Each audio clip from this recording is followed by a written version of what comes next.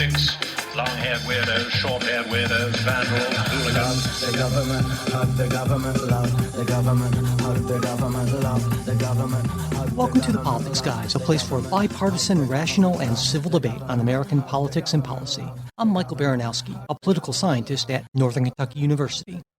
Our guest is Congressman Rob Wittman, who's represented Virginia's 1st Congressional District since 2007.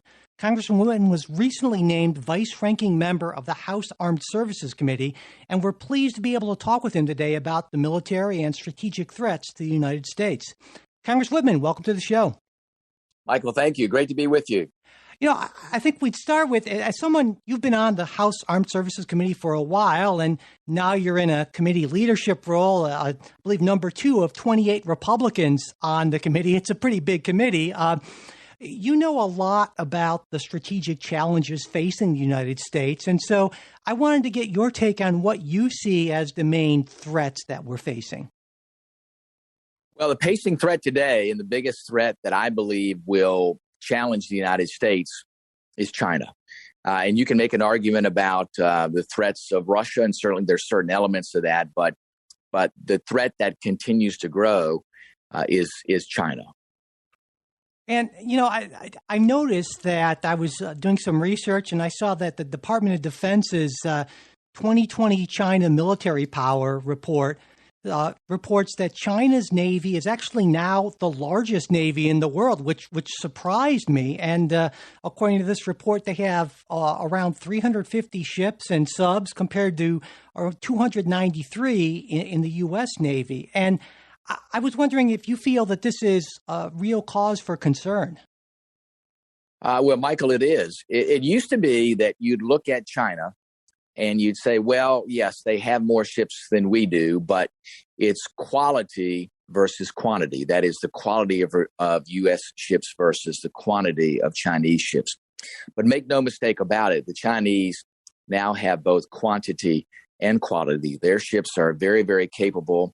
Their systems, too, that can put our ships at risk are significantly bigger and more far-reaching than they have been in the past. So the Chinese naval threat is significant. And the Chinese for years had been a regional navy, and that is the South China Sea, the Western Pacific. But today, as we speak, their operations are across the entire Pacific, the Indian Ocean, and they even have deployed ships into the Atlantic. They have a base there at Djibouti now, there in Africa. So they are continuing to grow their presence, and their intent is to have a Navy that operates worldwide. And they watch our Navy very closely to try to learn the lessons about what we do to sustain around the world.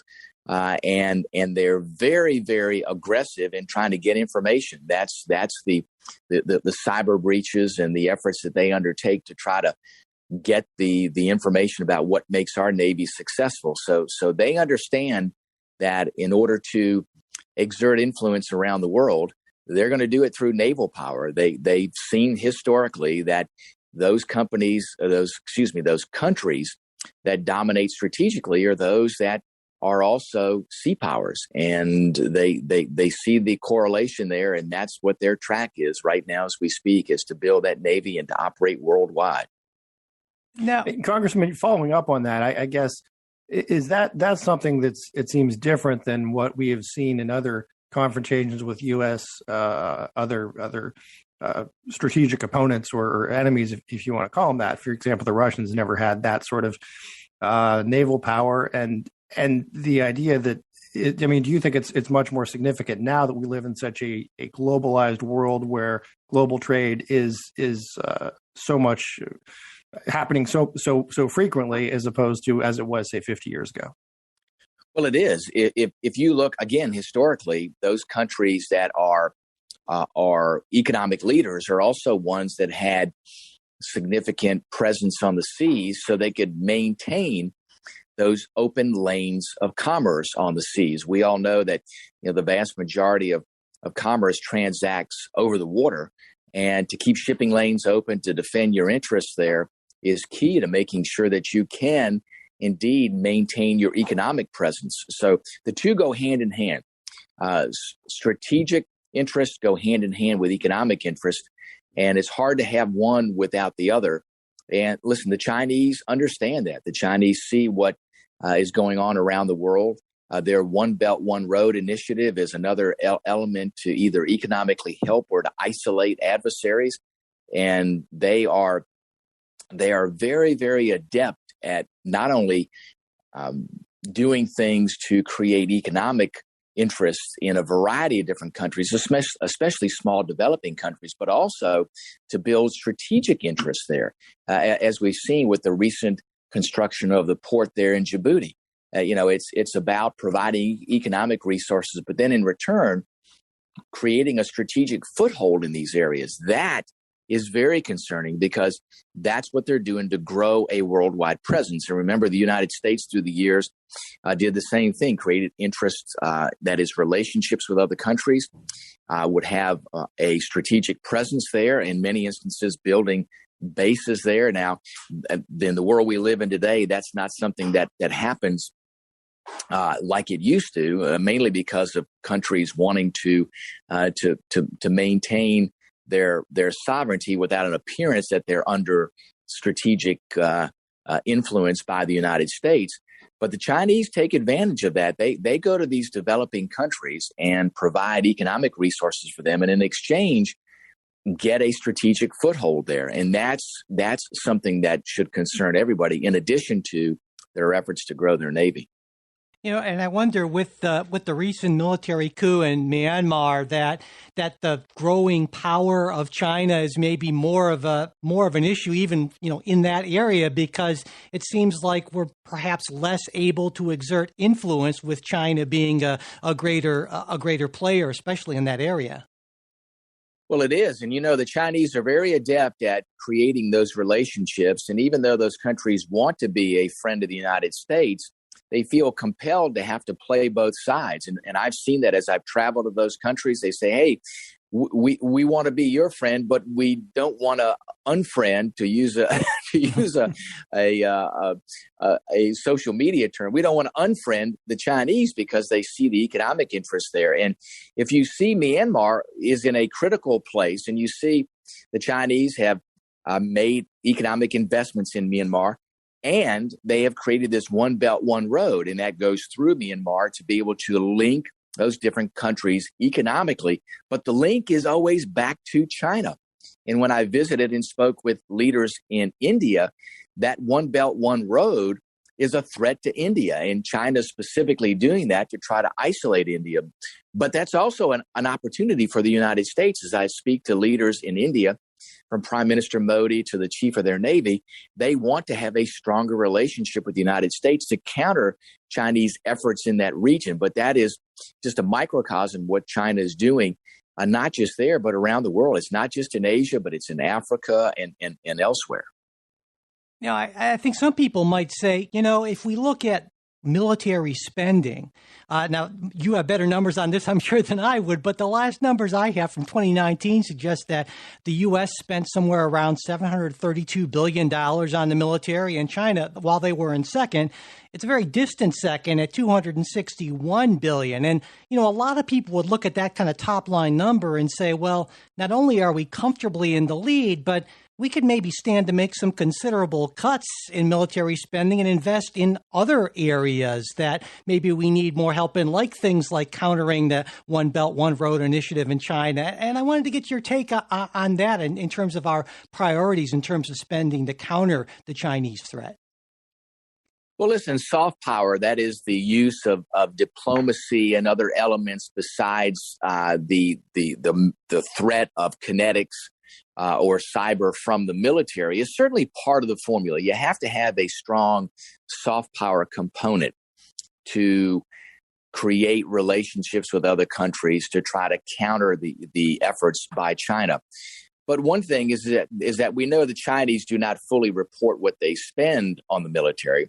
There are a lot of costs there that we put into our military budget that are essentially sunk cost with the Chinese that are not something that they report concerning their military spending. And remember, too, that there are multiple threats that the United States faces. It's not just China, it's Russia, although the Russia is still more of a regional threat. It's more of a threat in the Atlantic, but still significant. And then what we have to do to counter the actions by Iran, by North Korea, and others. So our scope is broader and wider. And another element too is that we want to make sure that we are not only having the readiness today necessary to deter any adversary from wanting to take advantage of the United States, but also making sure that we modernize. And I think that's one of the key elements that we face today is how do we make sure we have the capability we need today to deter, but how do we make enough investment in the future to make sure we modernize and have what we need in a realm that we know is going to exist 5 years, 10 years down the road? I think that those things are incredibly important, and they do take investment, and our investments are to counter multiple threats, not just what the Chinese are doing, and that is looking at the United States as their pacing threat, as you would call it. But listen, we can and should do more in developing those relationships. We see what China's doing, and China has, whether you like it or not, China's been effective in building those types of relationships. So there has to be a balance there in what we do between soft power and hard power. And in terms of building, go ahead, Jay. Well, I was going to say, Congressman, this is, maybe this is a question for a little later on in our discussion, but, related to that, one of the flashpoints, obviously, in our relationship with China is and will be Taiwan. Yes. And China has recently shown a much more aggressive stance towards Taiwan just in the last couple of weeks. What advice would you give to the incoming Biden administration in dealing with our situation with Taiwan? Well, Taiwan, as you know, historically has been a great partner to the United States, and we have built our operations plans around protecting Taiwan from an overly aggressive China. I think China is going to continue to ramp up the aggressiveness with Taiwan, just as we've seen them ramp up the aggressiveness with Hong Kong. Their effort is to have a tight grip on that region of the world. Taiwan is one of those places where they don't have as tight a grip as they would like, both strategically and economically. They see Taiwan continuing to grow economically. I think their concern is as Taiwan gets stronger and stronger economically, it becomes more and more difficult for them to be able to bring Taiwan back into the fold. So I think they're going to continue along that path. The challenge for the United States is going to be, what will we do in maintaining our partnership with Taiwan? I think that's going to be the key. We know that we have certain plans that we will put in place in order to defend Taiwan's interest. It wouldn't surprise me if China continues to push the issue there to see how far the United States will go in defending Taiwan's interests. So I think you'll see even more and more of that aggressive behavior as time moves forward, if the Taiwanese government doesn't capitulate to Beijing. I had another question about relationship building in the region, which, as you pointed out, is pretty important. In that, do you think that should also include multilateral economic relationships? I mean, I know that there are a lot of different views on the Trans-Pacific Partnership, for instance. But if not that particular agreement, do we need agreements like that to try to counter China's economic influence, do you think? Absolutely. I think that's where the greatest potential exists for us to counter Chinese efforts, especially in Southeast Asia. As we know, countries like Vietnam, while there is a connection between the communist parties of China and Vietnam, there is not a good relationship between the governments there. And if we could build economic partnerships through trade agreements with countries like Vietnam, in other countries in Southeast Asia, Thailand, Cambodia, and others. By the way, Southeast Asia, the fastest growing economies in the world, about 7%.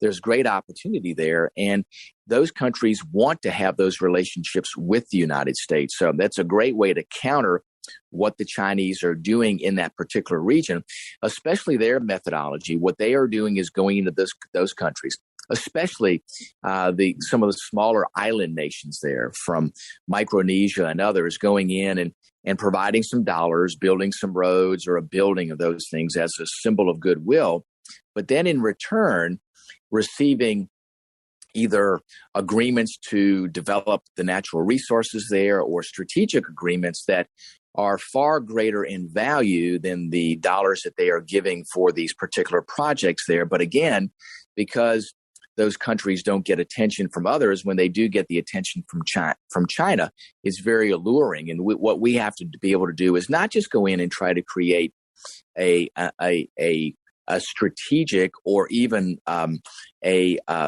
friendly agreement with those nations as far as what we will do to cooperate. But those nations have to see ways that they can build their economies based upon relationships with the United States. So taking the next step and saying, okay, what can we do to cooperate with you economically, I think is a great way to counter China, who has already been doing that now for the past decade in those regions.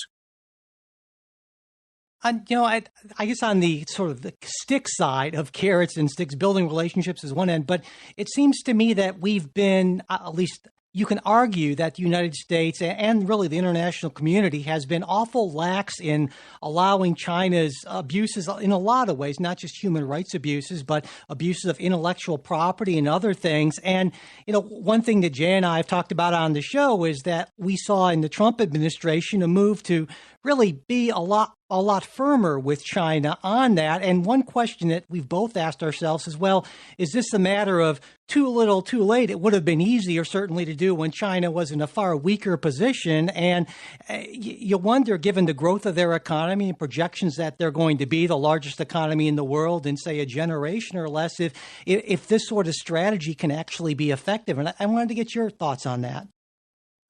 Well, I think the only actions that China really takes seriously are those actions that are followed through upon and are significant.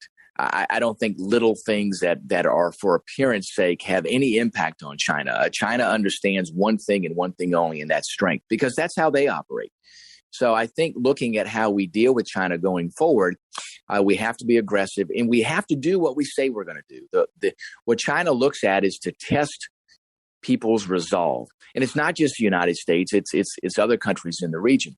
And they're used to watching others be lacking in resolve, and they are very resolved. Their resolve is that they will be the world's leading strategic and economic power. Make no mistake about it. And they are laser focused on that. And they do that each and every day. And what they do is not only advancing their own interest, but they do that by testing others' resolve. And they do that too by seeing what they can get through relationships with others. They are exploitive. And they do not have the same set of principles that the United States has, but it has served their purpose through the years, and that's the policy that they continue on with. They are ruthless and relentless, and that's the policy that has advanced their interests. And the only thing that they understand is an equal amount of ruthless and relentlessness. And so in a way, that's kind of an advantage almost of being in an authoritarian system, a weird advantage in that they can have that sort of laser focus because they don't have to be concerned with elections or what the people think, at least in the short run. That's right. They can maintain a constant direction of policy and action. Whereas in our country, and listen, I don't in any way, shape, or form want to change it. I think our country is the greatest man has ever known. But we do have a pattern of where when administrations change, we change track a little bit. So we don't always stay in a straight line. Sometimes our path meanders a little bit. And when you meander, listen, it's good in the sense that you're reflecting the will of the people. That's what makes our government great. But it also makes it a little more difficult to be able to get to a point to achieve the things that sometimes you need to achieve to deter China. Not that we can't do it. I believe strongly that we can do it. It's just a little more of a challenge for us to do it within our system of government. I wouldn't have it any other way. And listen, the Chinese do not either ascribe to our set of principles, to our morals or our ethics. And that's who they are. They will do anything necessary because they believe that the ends justify the means. We're not like that. We're going to do things based on a set of principles that's founded in our Constitution. We're not going to change from that. That's a good thing. We just have to recognize that it is more of a challenge, but not an insurmountable challenge. Do you think it's more? Or go ahead, Jay. I was going to say, related to that, Congressman, on the Trump administration and its closing days, named China as a perpetrator of genocide. And I'm wondering what your thoughts are on how does that play with the international community? Is that going to, is it sort of a wake-up call to other countries of what's really going on there? Or is it something that may be brushed aside for economic interests? No, I think it's a wake-up call to the rest of the world. I think the United States leads the way on humanitarian issues, and I think by the United States doing that, I think it sends a signal to the rest of the world, hopefully opening up opportunities for them to do the same. I mean, we see what they've done to the Uyghurs there and other elements of their populations that are just unbelievable, and to call those things out so that other countries don't say, well, we'll look past that because of what we believe is a strategic interest of ours, I think helps us get other countries in to partner with the United States to stand against the things that China does. You've been in Congress for a while now, and so there used to be this saying back in the day that politics stops at the water's edge, and I was wondering the extent to which not only you think that's true, but to the extent to which maybe that has changed in the time that you've been involved in Congress and in international relations at this level. Well, listen, since I've been in Congress, I have seen things get much more partisan, but not in every circumstance. There's still places where members can work together. In fact, I've been very honored and privileged to work with members on the other side of the aisle on issues that involve the environment, the Chesapeake Bay, even in the realm of economic development on things like broadband and career and technical education, as well as the military. And the House Armed Services Committee is still the bellwether for bipartisanship in the Congress. And even with all the division that we've seen recently, it's still that way. In my conversations with Joe Courtney, who is a dear friend, who is the chair of the Sea Power Subcommittee, the subcommittee that I'm ranking member upon, and then Adam Smith, who is the chairman of the committee, have all expressed the deep interest in continuing the effort to be bipartisan. So there are elements of bipartisanship there on Capitol Hill. In today's environment, when the nation is divided, it takes more of an effort to make sure you stay on the track of bipartisanship. But it's still there, and members still put a significant amount of effort into making sure that things are indeed bipartisan. So while the nature of relationships have changed, there's still bipartisanship there that exists at levels where things can get done in the interest of our nation can be protected. No, I know we're running short on time, but I would kick myself if I didn't ask you at least one pretty wonky question, because as Jay knows, and some listeners might know, I've been fascinated by defense procurement for decades, which is a weird thing to be fascinated by, I know, but we hear a lot of stories about, especially in trying to develop our capabilities of cost overruns and delays and things like that. And I'm wondering, in your experience, how much of a problem are those sort of things, especially with big ticket programs? And what, if anything, can we do to minimize those problems as we modernize our military? Well, listen, over the past 5 years, Chairman Thornberry and I worked together to put in place significant changes to acquisition. And I still think there's more to be done.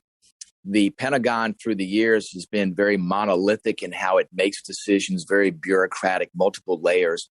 They have gotten better, though, in streamlining decision-making, in assuring that You can get technology much more quickly to the warfighter, to do rapid acquisition, to make sure, too, that you're not penalizing situations where you try something and it doesn't work. And at one point, that used to be a career killer. I argue there's still a stigma attached to it, but not as much as before. But so there's a change that still needs to continue within the Pentagon to change the culture and to reduce the levels of bureaucracy. Now, some of that has happened. We've made decision-making happen closer to the unit level, but there's still a number of things that need to be done. And here's the bottom line is we can't, in today's world, with threats as they change and with technology as it changes at a breakneck pace, you can't take 15 years to develop and actually put into place the next generation fighter aircraft. Great example is the F-35. The number of years that it took from concept to development to decision-making to construction to initial operating platform, you can't take that long. So we have to do things faster. We have to also get away from the metric that everything of significance has to be a program of record. Things don't have to start off that way, and that's kind of a bureaucratic thing that you go through. And the problem is it takes years to be able to get there. So we still have to streamline decision-making in the Pentagon. We still have to be able to develop and build and deploy major weapon systems without taking decades to do that, because our adversaries can do it much faster and with much more dexterity than we can. If we're going to counter them, we have to do that. And another thing, too, that I think is incredibly important, in fact, I would argue is the greatest strategic advantage that we can create, is we have to, and you spoke a little bit about this earlier, we have to, with the dollars that we spend, get more per our dollar than the Chinese get per their yuan or the Russians get per their ruble. That's the way we're going to prevail strategically. This is not going to be the Cold War where we just out-resource our opponents. This has to be, we get more for what we spend than our opponents, because the top line is not going to continue to increase in the way we've seen it increase recently. We just can't do it, especially with all the dollars that have been spent on the pandemic. And listen, we need to be out there helping get this economy back on track, but that comes with it a cost that's going to continue through the year. So those are the elements that we have to keep forefront in our mind.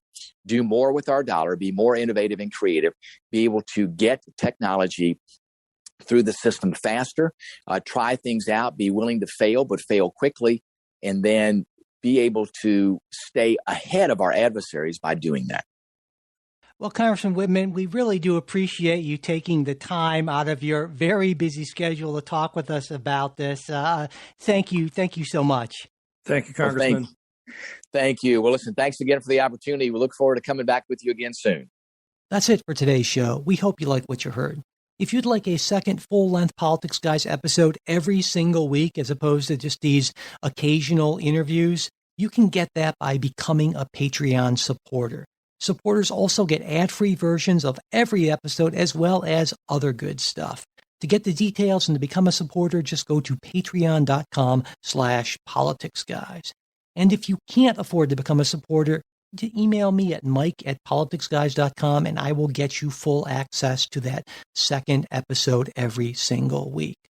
And if being a monthly supporter is too much of a commitment, but you still like to help us out occasionally, you can do that too through PayPal. You'll find a link on our website, politicsguys.com/support. If you haven't already subscribed to the show, that is a big help, as well as leaving ratings and reviews, and especially sharing your favorite episodes on social media. That's a big deal to us. And if you got a question, comment, correction, gripe, or whatever, you can reach us at mail@politicsguys.com. For more great discussions, check out our Bipartisan Politics subreddit. You'll find a URL in the show notes. We've also got a Facebook page. That's facebook.com/politicsguys page. And we're on Twitter @politicsguys. The executive producers of the Politics Guys are Bruce Johnson, Wilma Moreno, Andra Masker, Daniel Toe, and Chris Wilkerson. Today's show was produced by Michael Baranowski. We'll be back with a new show next week. We hope you'll join us.